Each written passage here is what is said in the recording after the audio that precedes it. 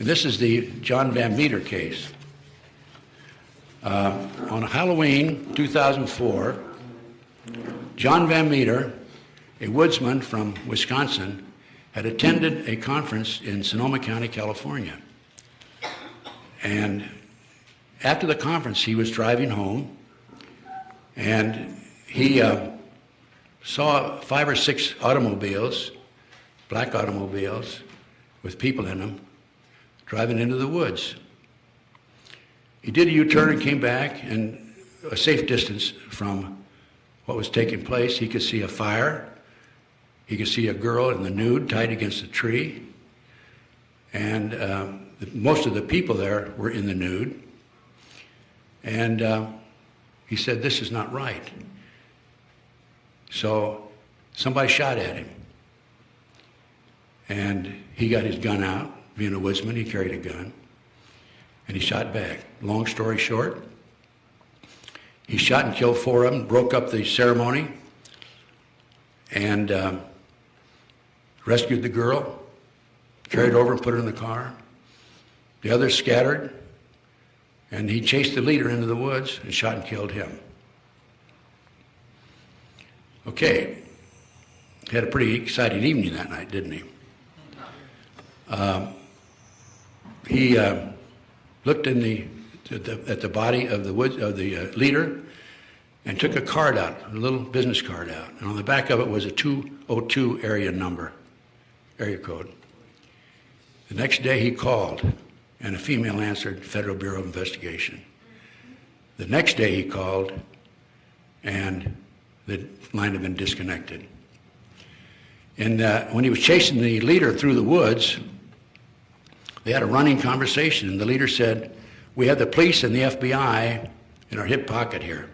If you kill me, you'll live in a 10 by 10 cell the rest of your life. So John ends up reporting to the police, Sonoma County, and goes back home. And they filed charges against him, claiming that he filed a false report. And they waited 4 days to go out into the woods and search the area. The police did. And so he hires an attorney in Sonoma County, and the attorney says, don't come back here. It's corrupt. Law enforcement's corrupt. You'll end up serving time. The attorney worked out a deal with John, to fine him $10,000 and a year probation, 2 years probation, I think, and no jail time. They said that he shot himself. Okay. He goes back to Wisconsin, and April the 19th, 2006, a year and a half later. Anybody remember that date? That's a rather significant date in Oklahoma City, Waco. He goes out in the woods, and he's a woodsman at that. And two fellas come out, drive out, park the car, get out, and he hears one of them say, he's mine. He has another gun battle. He knocks one of them down 4 times, the other one down twice. And they had enough, they took off. He goes to the police, and he tells the police what happened. And they say, he shot himself. He was shot 9 times with 6 different weapons. His pickup truck had 25 bullets in it, and he shot himself. So John had a trial. They tried him. We brought an expert in from Madison. I went to the trial. We brought an expert in from Madison, Wisconsin, who said he could not possibly have shot himself based on the circumstances. And John was tried and convicted, and they changed their story from he shot himself to he lied to the police. John told me, sure, I had to lie to the police. I didn't trust him. Why would I not lie to the police? So that shows you, and by the way, he's placed on probation, and during the 1-year probation out of Wisconsin, somebody planted a marijuana plant in his garden. Obviously, they wanted the probation officer to find it. The probation officers came by regularly, searched his home without a search warrant, looking for guns, looking for booze. You can't have either one when you're on probation. And then last February the 6th, his house burned to the ground early in the morning. So that just shows you how the corruption has permeated down to the very lowest level, Sonoma County and Lincoln County, Wisconsin. This man could not possibly have shot himself. As I said, he was shot 9 times with 6 different weapons. I have a copy of the letter here that the girl wrote. By the way, she's in hiding. She changed her name several times. And nobody knows, other than John and a few others, about her whereabouts. Was she kidnapped? Or? Yeah, she was kidnapped. She was kidnapped out of a parking lot in Oakland. 4 guys came at her in daylight and shot her in the thigh with a needle. She lost consciousness, and they put her in a van. Would you like to have me read the letter that she wrote? Okay, I'm the woman from the satanic cult abduction case on Halloween. I'm scared to death of them finding out who I am, so I'm not coming forward. The only person I'm ever going to tell is my brother. By the way, she jumped in the car and drove into Oakland and called her brother, and her brother came and picked her up. She was in the nude, by the way. She had no clothes on. He thinks would be best if I stay anonymous, but he has convinced me to write down everything I remember exactly as I can and send it to the police. So this is what I'm doing. They were going to rape and murder me, and I hope they get caught. People need to know what's happened to me. I'm so scared they will find out who I am. I'm writing on an old typewriter, so it won't be on my hard drive. It started Saturday night. I was walking across the parking lot in Oakland. 4 guys got out of a car and grabbed me. They gave me a shot with a hypodermic needle in my thigh. I was unconscious for seconds. When I woke up, I had handcuffs on behind my back. My feet were tied together. The handcuffs were tied to something I couldn't move. They put tape over my eyes and my mouth. I didn't know where I was or how long I was there. I was thirsty and felt like I couldn't breathe. I had to go to the bathroom. I was terrified. I laid there and thought about what had happened to me over a long period of time. I'm not a religious person, but I prayed for the first time in my life for God to save me. I went to sleep and dreamed. In a dream, I saw a big white dog. It sat down, turned its head sideways, and looked at me. I felt like the dog was a girl dog, and she came to help me. I can't explain it any other way. Then I got up and ran away. I don't know why I'm even saying this. It just seemed weird and real. I woke up again. I had to go to the bathroom so bad I finally gave up and urinated in my pants. It was awful. Then it was wet and cold. After a long time, I heard noises like a car door opening, and a couple of guys grabbed me. One guy said, "Bitch, pissed on the floor." The other guy said something like, "Shut up, clean it up, and load the stuff in." I'm pretty sure now I was in the van, in the back of a van. They took me into a search or something, or in the house or something. The guy said, "If you cooperate, we won't hurt you. If you struggle, we will kill you." Is that understood? I nodded my head yes. "What could I do?" he said. Would you like something to drink? I nodded yes, and they took the tape off my mouth and gave me some water or something. It tasted funny. They started to take my clothes off, and I was sure they were going to rape me. The guy said, "Just relax, we're going to give you a bath now." They guided me into a bathtub and washed me all over with a cloth and shampooed my hair. I was really scared. It was weird.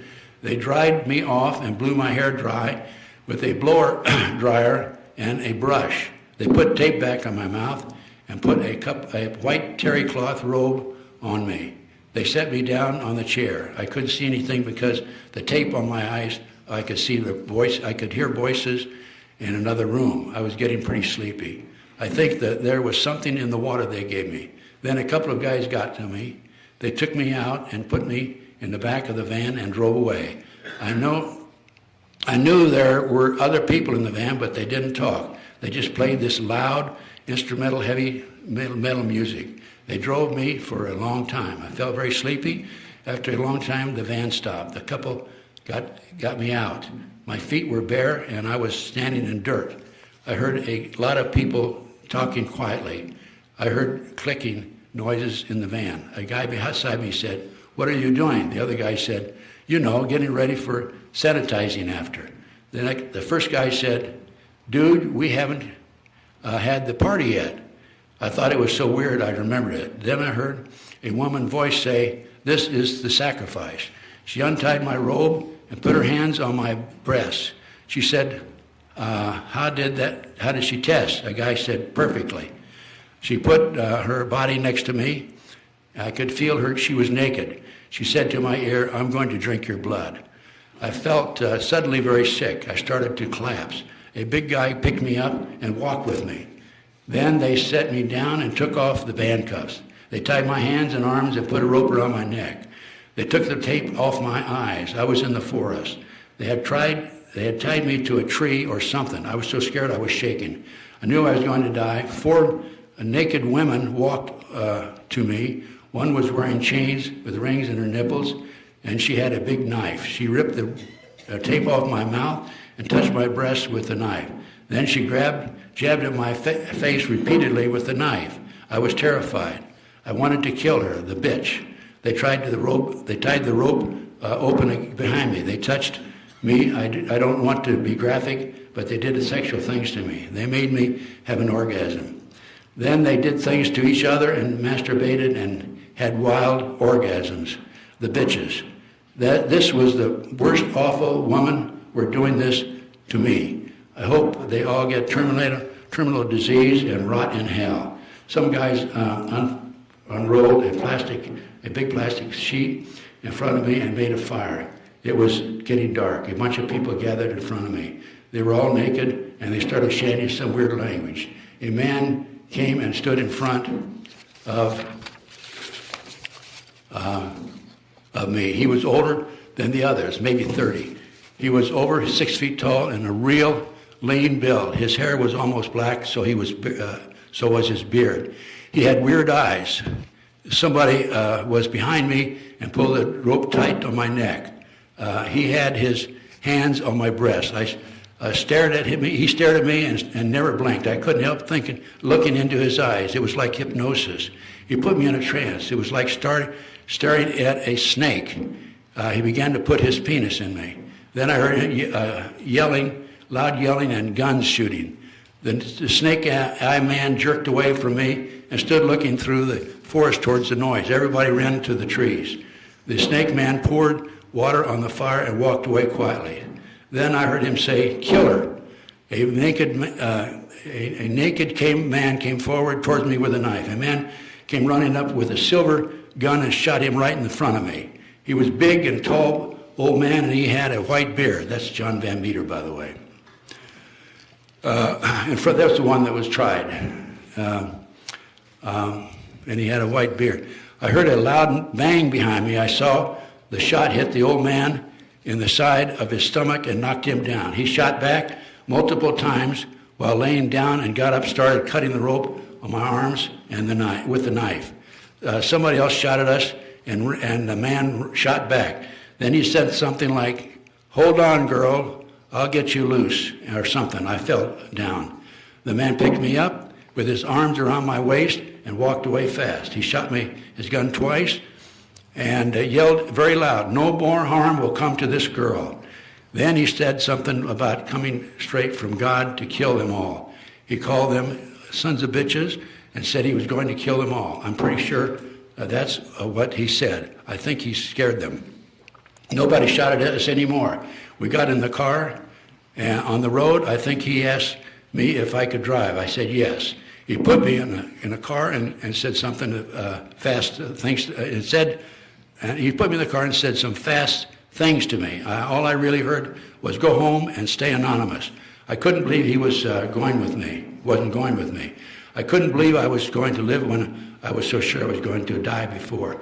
He wanted me to go, but I asked him, "Are you an angel?" End quote.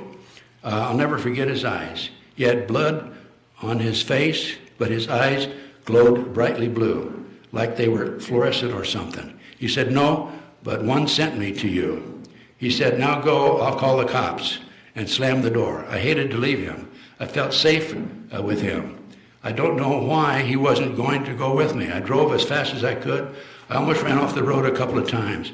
I don't know where I was. Even when I finally got to the highway, I went the wrong way until I realized where I was and turned around and went home. When I really got home, it was really late. I was still shaking, and I had blood on me where the wounded old man carried me. I felt sick for him. I found out later that nobody would even knew I was gone. I couldn't believe it. I was hurt by it until I realized it was my own fault. Then this was the payback for all the times I fought with my parents over them wanting to know where I was going every minute. I hope the newspaper prints this so I can say to the kids, stop fighting with your parents. There is a reason why they want you to know where you are. My brother and I took the car and parked it in Berkeley. He said he'd call the cops and tell them where it was. We looked at it to see if we could find any who belonged to it. It was weird. There was nothing in the glove box or ashtray. No litter on the floor, nothing. Nobody's car is this clean. The only thing in it was 4 black sweatshirts and 4 black sweatpants, all identical. We opened the trunk, and all that was in there was a used syringe. Then it hit me. This red Pontiac was the car the guy got out of who abducted me. They must have put me in the trunk. We're going to have the syringe tested and see what they shot me with. Also, when I was showering, I noticed a painful needle mark in my forearm. Then I remembered how one bitch said, how did she test? They drew blood from me while I was unconscious to test for what, AIDS? Then I remembered how that guy said exactly perfect, and I wonder if it was something else. They really scared me. I'm really sick and frightened for the man who saved me. I don't have a TV and haven't been calm enough to watch for anybody else, with anybody else. My wonderful brother has been on the run and hadn't heard anything definite either. I learned last night how you can tell a lot about a man who's looking real close into his eyes. The snake man and the old man who saved me were exactly the opposite. You can see it in their eyes. What I remember most of this is the shiny blue eyes of the man who saved me. He reminded me of my late grandfather. I want him to live because he's a good man who somehow miraculously saved me, and because I went down to write in the newspaper and explained to me why he looked like my grandfather. I can't think of him dying, and I'm scared to death of what's going to happen. I know now why he stayed there. He was mad as hell, and he wanted to kill them. My grandfather had a bad temper, too, for bad people. I hope he does kill them. I know these snakes did this before to others like me, and if they live, they will do it again. I especially want the snake-eye man to die. I never want to see him again, ever. People like this can't be rehabilitated in prison. I can never forgive them. It took me all afternoon and all night to write this. I hope it makes sense to someone, whoever reads it. I had to take a lot of breaks before crying. The sun will be up soon, and it will be another day. My brother is leaving soon to mail this away from my home. I don't even want these snakes to know the zip code I live in. Then he's going out to the forest where I think I was to look for the man who saved me. I'm going to stay home and pray for God to save this man. He saved me. I hope we will save the man. He will save the man who is sent to do this. I don't know if this will help catch the snakes who tried to rape and kill me. I tried hard to remember anything I could. I'm still so shaken up, I can't think I'll ever be normal again. That's it. There's 50 to 60,000 human sacrifices a year by satanic cults in this country. Okay, I have that from very reliable sources, 3 different satanic sources.